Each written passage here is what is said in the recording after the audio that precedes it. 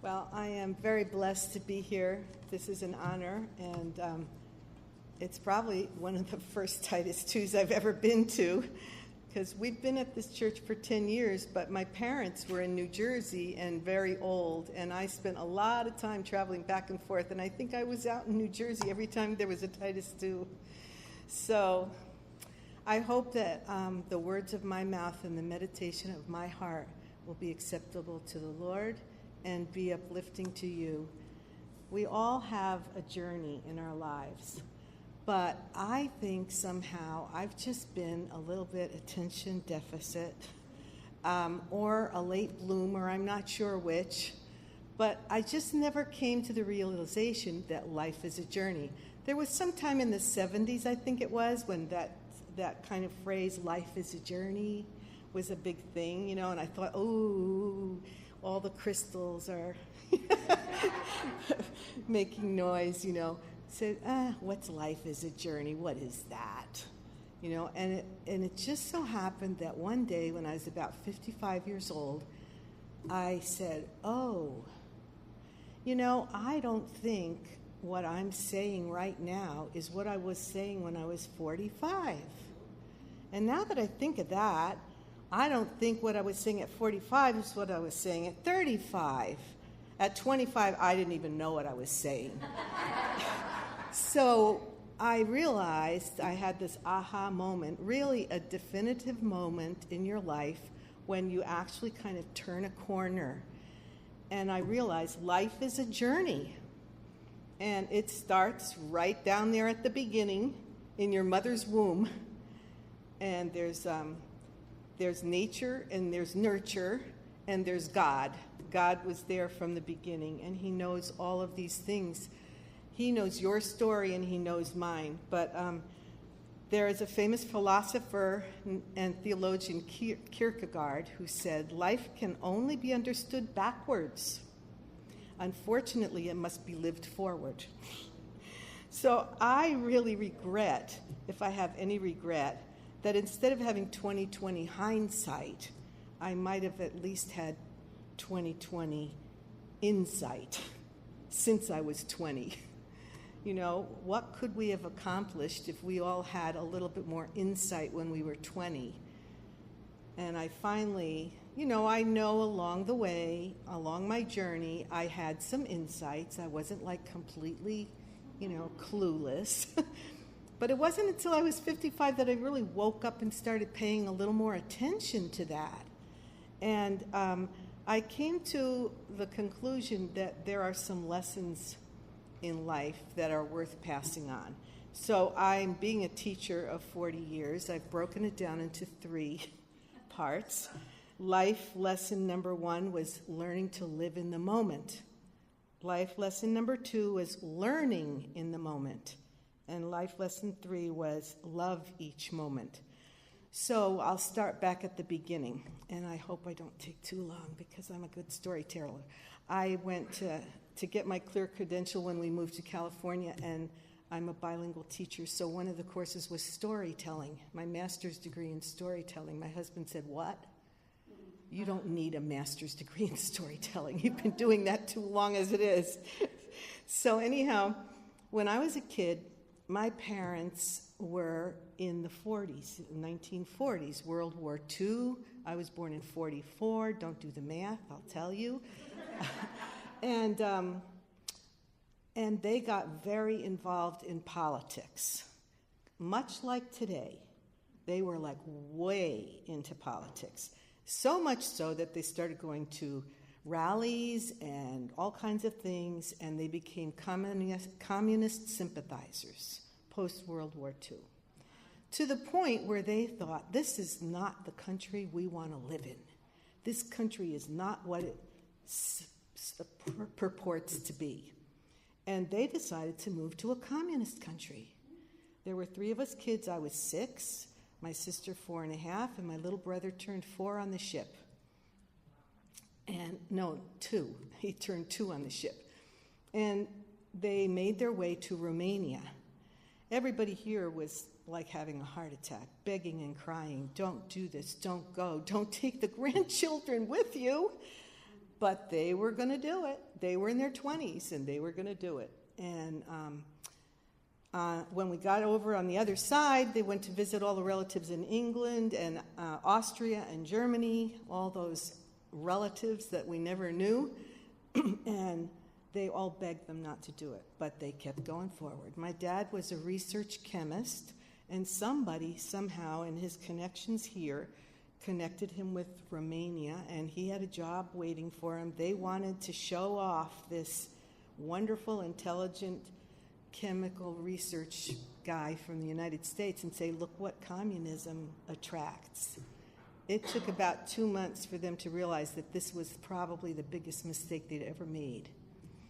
There was very little food. They had to barter everything they had in their trunk to get enough food to feed us. We had to trade different things. And one day, for example, we were walking down a dirt road, and this is a memory I have that I'll never forget. It's a dirt road, and this truck was rumbling down the road, and it was full of bread, like artisan type, which is what bread used to be everywhere in Europe. And one loaf fell off, and the truck disappeared, and my dad picked it up because a loaf of bread was not to be wasted. And the truck came back, and they were going to arrest him for stealing state property. That's just a little glimpse of life. And then, sadly, my mother had to make a huge decision in her life because they wanted to leave, but the country takes your passports away from you when you enter, and you have to get them back to leave. In the meantime, being the late 40s, she got pregnant. And if they found out that she was pregnant with a Romanian-born child, that child would never leave the country. And we wouldn't abandon the child either. So she felt forced to have an abortion, which was like something I never knew till I was 45. But that was part of their story of all they went through just to get us out of there. So finally, my mom said, you get those passports or I'm leaving you. And he managed to finally get the passports. And we had to take a train to the border and then a bus across the border. You had to make a reservation on the bus.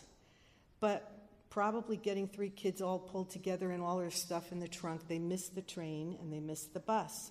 So they said, well, we're not going to tell anybody. Let's just take the train tomorrow and see what happens. And they did. And when they got to the bus station, the driver said, come on in. And by the way, you are so lucky you came today, because yesterday 3 soldiers came looking for an American family. So that was the first time my parents had a little glimpse that somebody out there is watching over them. And this was seriously like a life-changing, life-threatening situation. Somebody out there is watching over us. And we came back to the States, and if you do the math, you'll realize they came back in the middle of the McCarthy hearings. So what was my dad going to do? He couldn't write on a resume where he'd been. He couldn't say anything about Romania, and it was really hard to get a job. He finally got a job in Newark, New Jersey. We moved over there. We had been staying with my grandparents on Long Island, and so it didn't last very long, and he was out of work and really desperate. My sister and I went to school in the beginning of September sometime, and there was nobody there one day. So we said, what? The secretary was there. She said, go home, it's a Jewish holiday. And that area of Newark was all Jewish. So we went home, and my mom says, what happened? Why are you home? Well, it's a Jewish holiday. Mommy, what's Jewish? And so she said, well, it's definitely not what we are. So she thought, maybe I should take these kids to church, because I stopped going to church when I was 10, but I definitely don't want my kids to think they're Jewish. So she dropped us off at this Baptist church down at the corner, and the people were very warm and welcoming, and they took care of us little kids, and my parents would come pick us up, and the people would come out and try and warm up some kind of a relationship with them. Finally, one day there was a social gathering for couples, and they invited them, and my parents were bored to tears and just wanted to get out. And they went, and it was really nice. There was a potluck, and then, people chatted, got to know each other, and then there was somebody who brought a little devotion, and at the end they prayed. So they said, is there anything we can pray for anybody? My dad said, well, I'm not much of a believer in this kind of stuff, but I'll tell you what I need. I need a job, desperately need a job. So if you want to pray for me, be my guest. And they did. And every day he looked in the newspaper, and after about 2 weeks, there was an ad for a chemistry teacher in the local vocational and technical high school, which back then in Newark was the dumping ground for every kid who couldn't make it in, college-bound school or was in trouble. And in Newark, there were plenty of those kids. So that was a tough assignment, but he had a job, and he did it. And he thanked God every day. He recognized that was an answer to prayer. And they started going to church. And, from there on, we became Christian. Life was good. It got better and better. And we even got to move out to the suburbs eventually. Again, a suburb that was half Jewish, and they were all so smart. And I was just a regular kid, just going along with the flow. So clueless. I remember in geometry class, math is not my thing. And so one day the teacher said, what's the circumference of, what is that thing called is it the circumference? Right. I finally know something. The circumcision of a circle. And half the class was Jewish. So they all knew what that was. I didn't even know what it was. I finally made it through high school, and I got accepted in this nice Christian college. My parents thought this would be a good place. My mom insisted that my sister and I go to college because she never did, and she wanted to be sure that we had options in life. And so we got to college, and it was a nice Christian college. After a couple years, it was very interesting, though. They found it was their purpose, among other things, to challenge us and our faith. Not something that one particularly expects at a Christian college, but there are professors who feel it's their duty that you not just be living in a little bubble, your nice, sweet Christian bubble where nothing can go wrong. They want you to be aware, of the world, of philosophy, of challenges, and is God real? By the end of 2 years, I wasn't sure if God was real. And my roommate and I started back our third year, and she was really not sure if she believed anything anymore. And I was really getting confused. I said, I think we should pray. I think we should pray and ask God to show himself. Just show me that you're real. And the next day, I went down to go out to breakfast from my dorm, and in walks this fellow, Jack.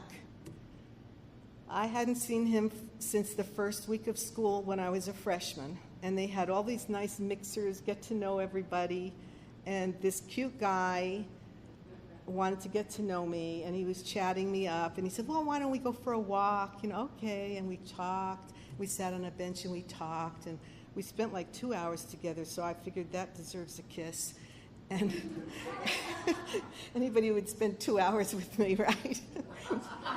He went back to the dorm and blew a whole story about, those girls from the East, because this was Chicago, and they were mostly all Middle Western, nice Christian kids, except for the Chicago boys who were off campus like Jack. They'd been around the block quite a few times. So he goes back and he tells all the boys in the dorm, that girl from the East, wow, she's really a hot number, and so forth. It really kind of ruined my reputation. I mean, I was aware that the freshman boys, is there an idiot age worse than freshman boys? I don't know what it is. And I was really distressed, and I never got over it. But he left school after one semester, probably flunked out. But somewhere along the line, he ended up going to Prairie Bible Institute in Canada. And lo and behold, he came back to look for me the first week of our junior year. And he said, Helen, I was looking for you. I came to ask you to forgive me for what I did to you the first week of school. So, wow, that was the day after I prayed that God would show that he is real and he knows me. And he knows everything that goes on in your heart. He knows what you've done, what you haven't done, what's been done to you. He knows it all. And he showed me in that moment. And I was about to quit school and go to Prairie Bible Institute, but somebody got a hold of me and said, no, you're staying. Stay the course, finish. And the next morning, somebody was rapping on my door and saying, we have a Bible study. We're starting a Bible study at 6:30 in the morning.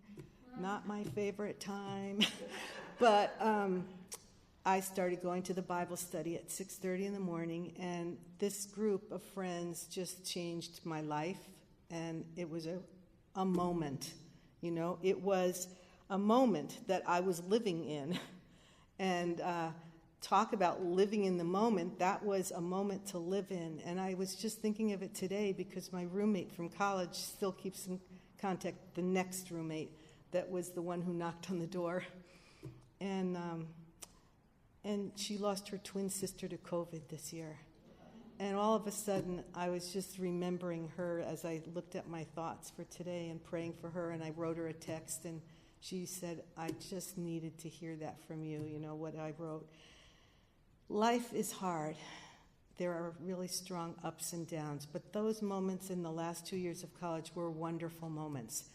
And back then, you went to college to get a husband. Didn't happen. So I ended up having to go back to New Jersey, and I got a job teaching art in the elementary school. And one day in church, somebody came to talk about an organization called Christian Service Corps, and that was the Christian answer to the Peace Corps.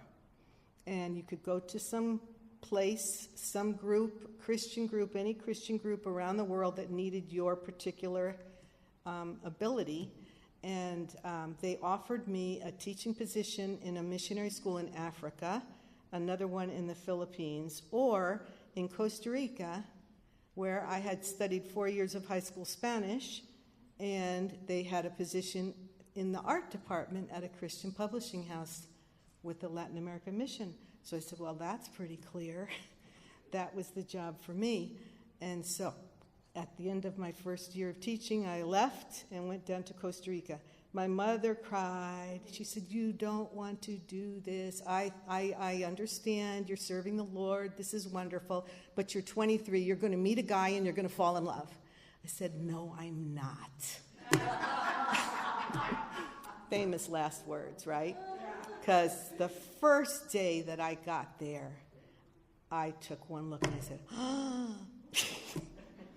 And he had been living here for 2 years, and he was living with Angela Vargas. Some of you know Angela, a wonderful Christian woman who'd been in this church for years, and she brought him to church, but he didn't speak English at that time. He said, someday, if I ever come back to this country, I'm going to come to Village Church.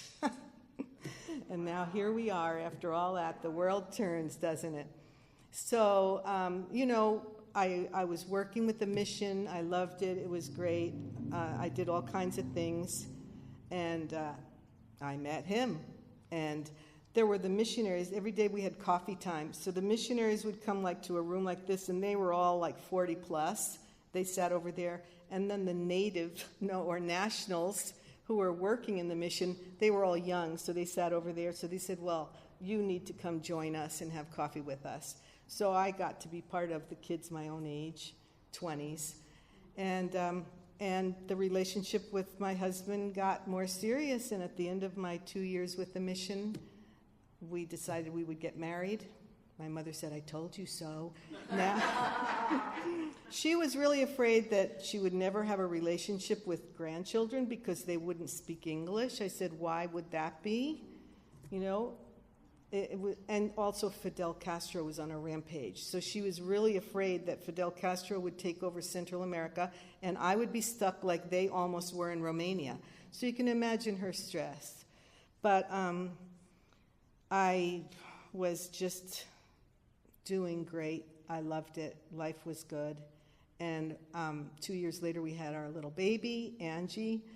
And somehow, long story short, we ended up building a second story on my in-laws' house where my mother-in-law got to have the chance to raise my child while I, being a college graduate, could go off and work. That wasn't my plan. You know, you don't realize you have plans, and there are paradigm shifts. I think we're living in a really major paradigm shift right now, and sometimes it catches us totally unawares, you know. So down there, for a woman to have a college degree and a career, it would be obvious that you would want to use it. You wouldn't want that for nothing. So, but it took me a long, long time. I was very focused on, I wanted to be a mom 24/7, and instead I'm working, and it wasn't all day. It was like 5 or 6 hours. They get out of school at 12:30, 1 o'clock, I was home. But the best hours of the day were the morning, and I wasted a lot of time focusing on that and not living in the moment, not enjoying everything that I did have with my child, more focusing on what I was missing. And sometimes you can lose your way by not focusing and living on the moment. So one of the things that happens when that takes over, and this might happen to some of you or may have happened, that you're so focused on what's happening in this moment, where you are, that you forget where you're going. And I forgot where I was going. For a little while there, I forgot where I was going. And one thing that I had this little mini obsession about was I was going to play piano. I'd always wanted to play piano. I just never wanted to do the work. I just wanted to learn it by osmosis. And so I had this obsession. I had some money that I had brought from the States, and it was for a piano. But it was never enough. And finally, you know, I've been married about 10 years. There was a war going on in Nicaragua, which was border with Costa Rica, affecting everybody. The stress was out of control over Nicaragua. Could this spread? Could it ruin this wonderful country? Then there was inflation. Jimmy Carter was president, and the inflation in the States was huge, and whatever is big here is way big in the rest of Americas. They say when you sneeze in the United States, you catch pneumonia in Latin America. That's how important our economy is to the rest of the world. And so, long story short, because that could be a whole half hour there, I decided one day, because I was just focused on this piano and I had this money, but it kept on slipping through my fingers.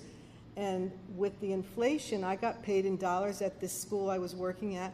I could switch my dollars for colones, and before they changed the prices on the products on the shelf, I had more money. And all the teachers were talking about this day and night. So one day I got my paycheck. I asked my boss if he would give me an advance on my next month's pay. Why he did it, I don't know, but he did. And I took the money that was in our savings account, and I bought a piano. It was the piano I'd always wanted. Why shouldn't I have it? I had half of the money there. I never talked about it with my husband, who thought that if you haven't learned to play the piano by the time you're 35, it's a little late. So he wasn't into me having a piano, which only threw more fire on my fuel on my fire. So we have a neighbor a couple doors down. As soon as he came home that night and he saw the piano and he said, "What's that?" I said, "The piano that I always wanted."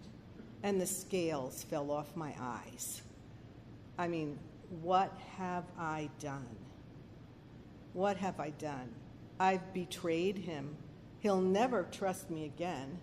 I always spent too much money in his eyes anyhow. This was way beyond the pale. Fortunately, we had a neighbor 2 doors down that was a very dear friend, a missionary who did counseling, and he came over. He said, "The Lord has spoken to me and told me something's going on. I have no idea what it is, but I want you over at my house Tuesday night. We're going to talk about this. So we went over a bunch of stuff, and the long and the short of it is that when I was a kid and all my life up until that time, if I was a good girl and I did what was right, I got a little reward, even if it was an ice cream cone. When I was in college, I had no money. If I got a good grade on my tests, we went out to McDonald's and we bought a hamburger for 15 cents. That was a reward, and it made my day. It was a big deal. He, on the other hand, being raised in a wonderful Christian home, his father went out one day when my husband was 10 to bring home some groceries, and a bus ran over him and killed him. Left his mother with 5 children. God provided a new husband 2 years later, a man who loved the Lord, who wanted a serious praying woman, and he was single. He was a lawyer, and he wanted to marry my mother-in-law with 5 children. Can you even imagine? This is totally not common in the culture. And so my husband learned, God will provide, yet there was an emotional thing in him that said, but watch out, because you never know what's coming around the corner. You better be prepared. You better save. What if I die and my wife is left with a child? And so every time we had a little extra money, he tightened the belt and saved it. And every time I was really good and thrifty and we had a little extra money, I thought, well, now what do I get? This was not going to work for very long, and it took 10 years to hit the wall, and it really did, with a resounding sound on a piano. And we figured that out, but still the wound was raw. And we went to church the following Sunday, and in Sunday school, the lesson was about a man in Africa who rescued a little baby tiger. It was just a little cub. The mother had died, and this tiger was going to die without help, and he rescued the tiger and kept it. And, it rollicked and played in the front yard, but eventually it started to grow, so he put a fence around his property. But people would go by, and they want to see the tiger, and somebody got too close, and he reached out and mauled a little child. So then the man said, I've got to put the tiger inside my house because he's too dangerous. And it grew, and it grew. And one day it just went off the grid and mauled the man within an inch of his life. And he said, the lesson is, this is what happens when we have something that we're focused on, that we just can't get our eyes off of. We can't let it go. It becomes a little obsession, and we keep it secret. And one day the tiger comes out and destroys you. And that was an amazing lesson. Somebody on the other side of the room saw me kind of trying not to cry, and they said, is something going on? What's going on? I said, well, let me tell you the story. And they said, you know what? We've been wanting a piano for a long time. Would you sell us your piano? As long as you could do it in 3 installments. Oh, please. That's just fine. Thank you. So that part was solved. The next part was, is my husband ever going to recover from this? Is our relationship going to be scarred for life or destroyed? And finances is the number one reason marriages fall apart.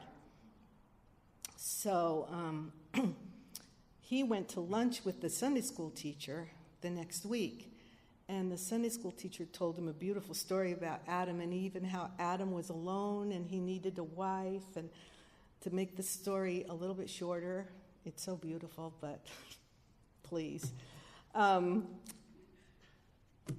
She was driving Adam crazy. She was singing all day. She was talking all day. He went back to God and he said, please, I like her. She's beautiful. It's so nice at night to cuddle with her, but she's driving me crazy. Could you please take her back? God said, okay, I will.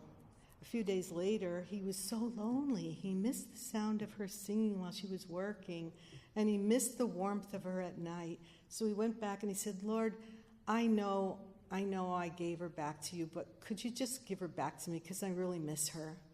okay. And he took her back. After a week or so, he was out of his mind again. He went to see the Lord, and he said, I can't do this anymore. I can't live with her. Please take her back. And the Lord said, you can't live with her, and you can't live without her. And it broke my husband's heart. It just spoke to him, and he can't live with me, and he can't live without me, but he's been there 51 years now, so praise the Lord. So you learn in the moment, and I learned a lot from that, and I need to keep on learning, and I am, because raising our child was a challenge. We moved here when Angie was 10, and it was a huge change. My husband worked for Pan Am Airlines in Costa Rica. He was comptroller. They went under. Pan Am closed, and so did all my free trips. For 8 years, I was flying to the States whenever I wanted. I saw my family, my sister, all the nieces and nephews. All of a sudden, that was going to be gone. And we complain about airfare now, but back then, it was $600. 40 years ago, a round-trip ticket was $600. It's still less than $600. How is that happening? And we complain all day long about the cost of airfares, right? So we knew that I would not be traveling back to the States. And Pan Am was going to give us one more free flight to anywhere we wanted to go. And Nicaragua was still fighting. Our church was splitting over a new pastor. And the inflation was out of control. And my husband said, you know what? We just need a break. The piano thing had just happened. We were recovering from that. We had just built a beautiful new home. It was only 2 years old. And he says, I feel like the Lord is saying we need to go to the States for 2 years. Just 2 years, not going to stay. We just need to let everything calm down here, let the dust settle. And my brother-in-law would like to live in our home while he builds his own new home, and that'll give him time. And then we'll come back. Best laid plans of mice and men, right? That was 40 years ago. One of the lessons I learned from that was that when you turn a corner, you think that you have choices because you chose to turn that corner, right? So that was a choice. But what you didn't realize is that it's a one-way street. You can't turn back. So you keep on going, like Siobhan is going to South Carolina, right? Choices, right? Once you make that choice, you turn that corner, you go around the next corner, and when you get back to where you started, everything is different. And I moved back to the States after 15 years, and I thought, how hard is that going to be? Hard. It was huge. Besides, the East Coast and the West Coast shall never meet. 2 different places completely. So we moved here, and Angie just thought it was going to be another trip to Disneyland at 10. They really don't understand what's happening at 10. And pretty quickly she realized it's not Disneyland. We can't even afford Disneyland. And she didn't have her grandparents in Costa Rica and her aunts and her uncles and her cousins and this long, huge, extended family. Friends at school. She was in a new school. It was really hard for her. She never let us know. She just kept this facade up. And after a year, we said, well, should we just go back? We still have enough money in the savings account to go back. She said, are you kidding me? You pulled me out of the ground like a plant and you dumped me in here. And what? Now you want me to go back? Nobody even remembers who I am. I don't have any friends. I just got friends here. I'm going to junior high next September. I want to stay. When we finish junior high, we'll go back. Okay. So we went with the program. Of course, at the end of junior high, she said, you want to go back? Seriously? Write me. So meanwhile, in junior high,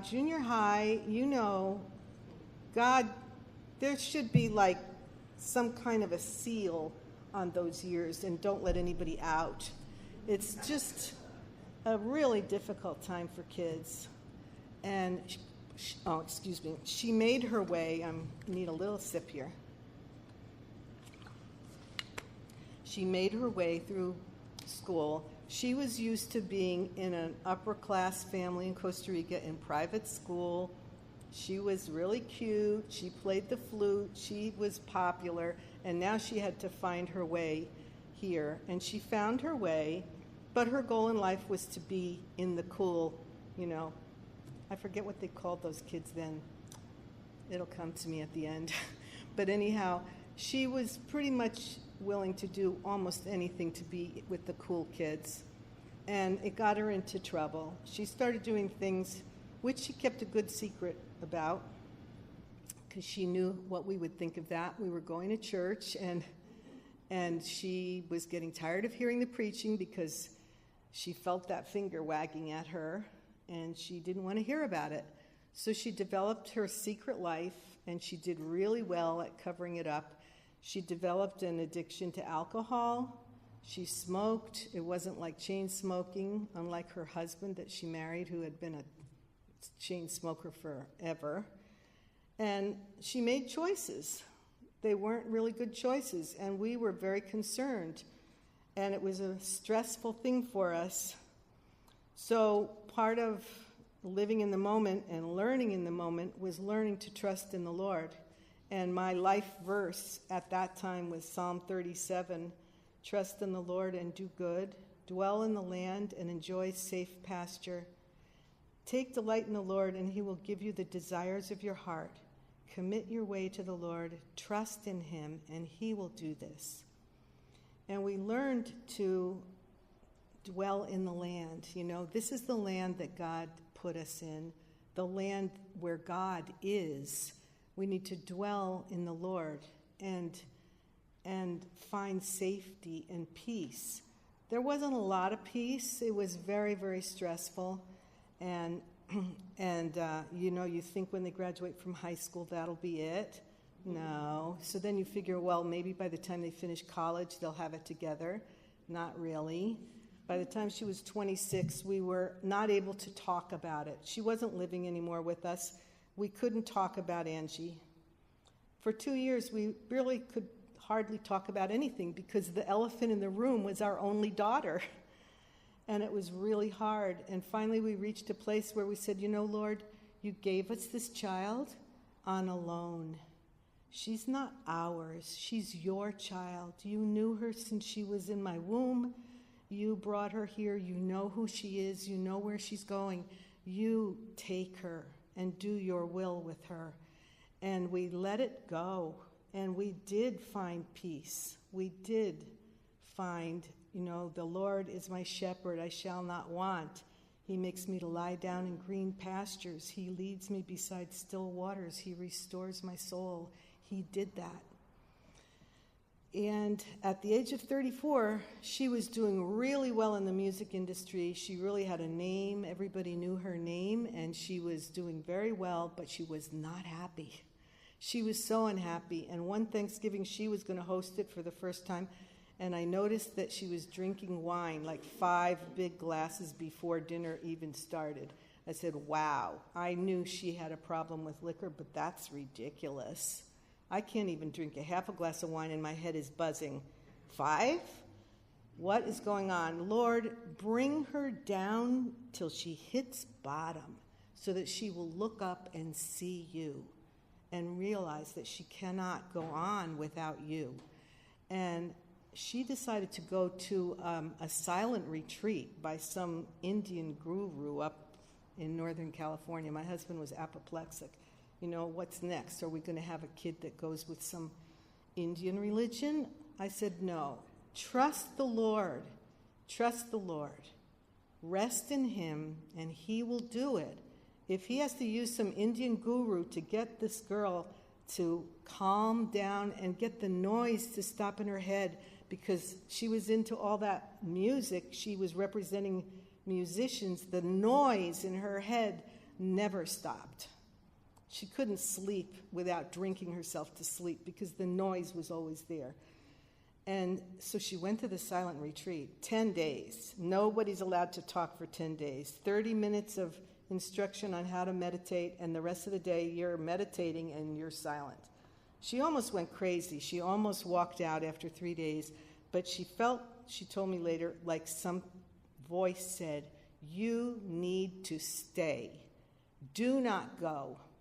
And she stayed. And when she came back off that mountain, she was like Moses when he came off the mountain. And she stopped drinking from that day forward. So after a few months, she was still angry. She said, "Why am I angry? Why can't I get what I want in my work? Why am I not satisfied?" Somebody told her about some seminars where you go and you can be all you can be and all that kind of stuff for a weekend. My husband says, "Ay, psychobabble, why?" She wanted us to go. But she went to the first weekend, and she called up in the middle of the weekend crying, begging us to forgive her for all of the pain and suffering that we'd been through, and recognizing that we'd really tried our best to just be good parents, and she was just rebelling and having none of it. So that first weekend made a lot of difference. Then she went to the second weekend a few weeks later. The second weekend, they're talking about, I don't know, your relationship with people. The first weekend was examining yourself, what's going on in your head and your heart. The next one was, what about your family? And by the end of the weekend, they said, "Do you know where you're going to get the power?"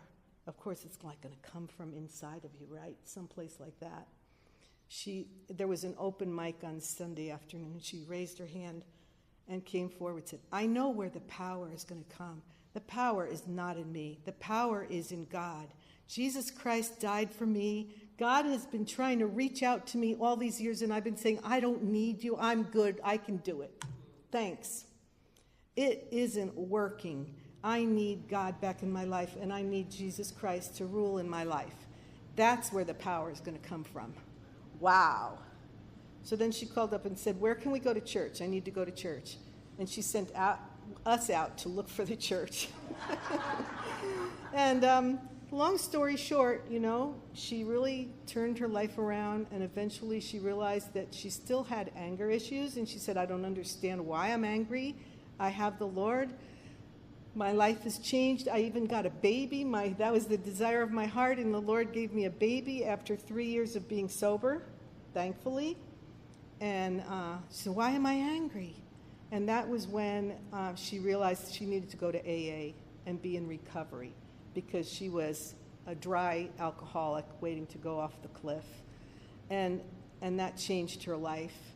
So, God is good. Everything is wonderful. We are all rejoicing in the Lord and rejoicing in the change. And she was actually ministering in her own way to Hollywood people and had an incredible witness to them, trying to help all these people that she's supposed to help get a big career, and they're such a mess.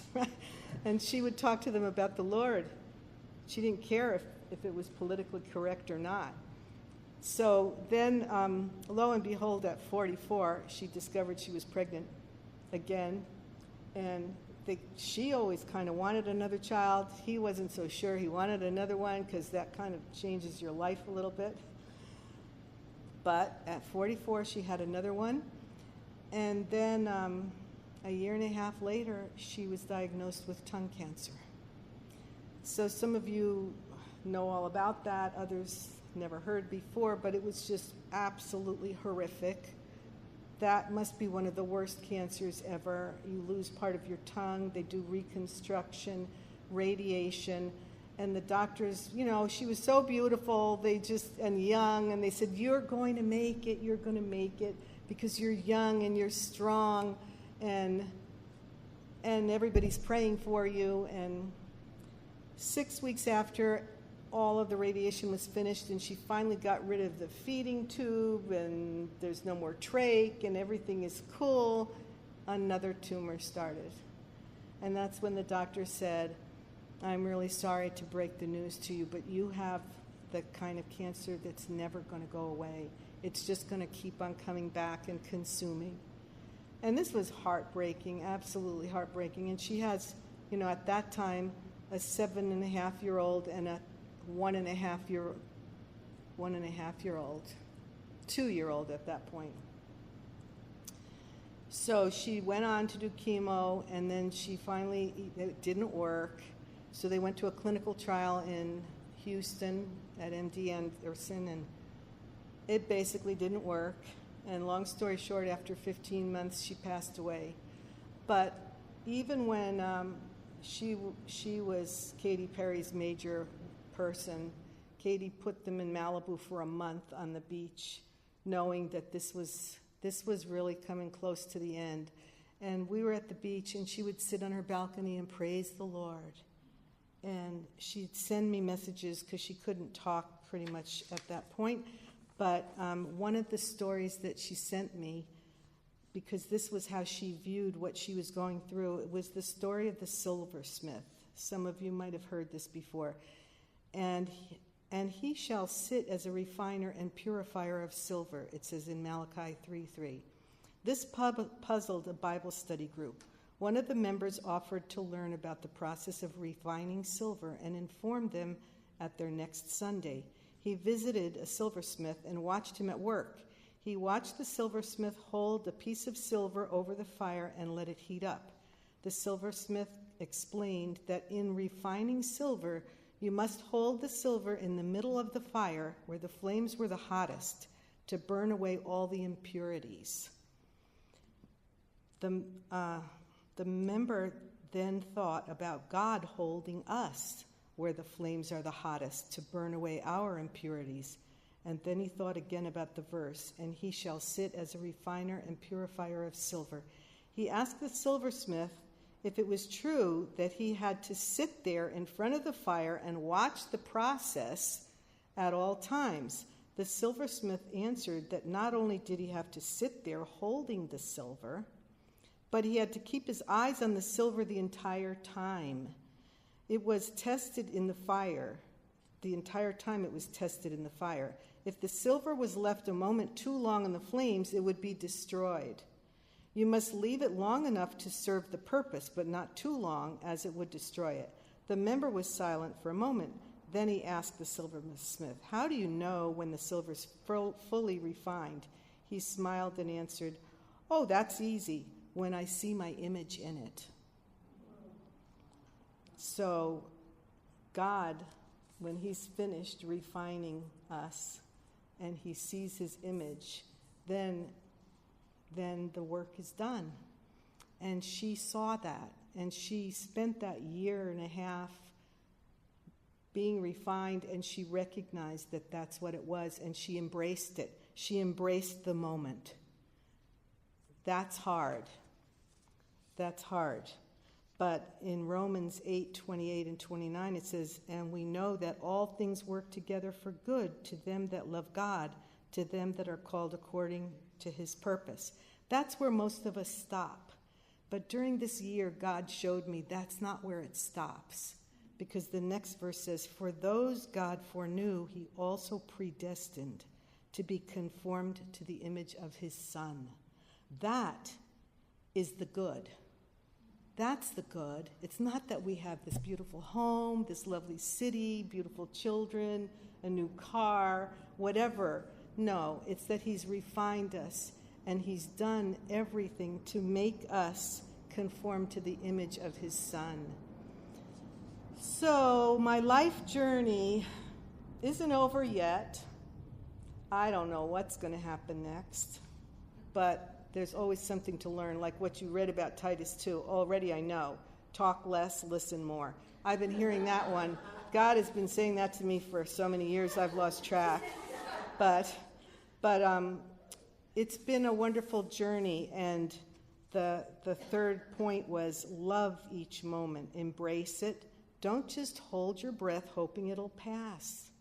God is in it, showing us how he loves us, helping us to become the person he created us to be. So live in the moment, learn in the moment, and love each moment.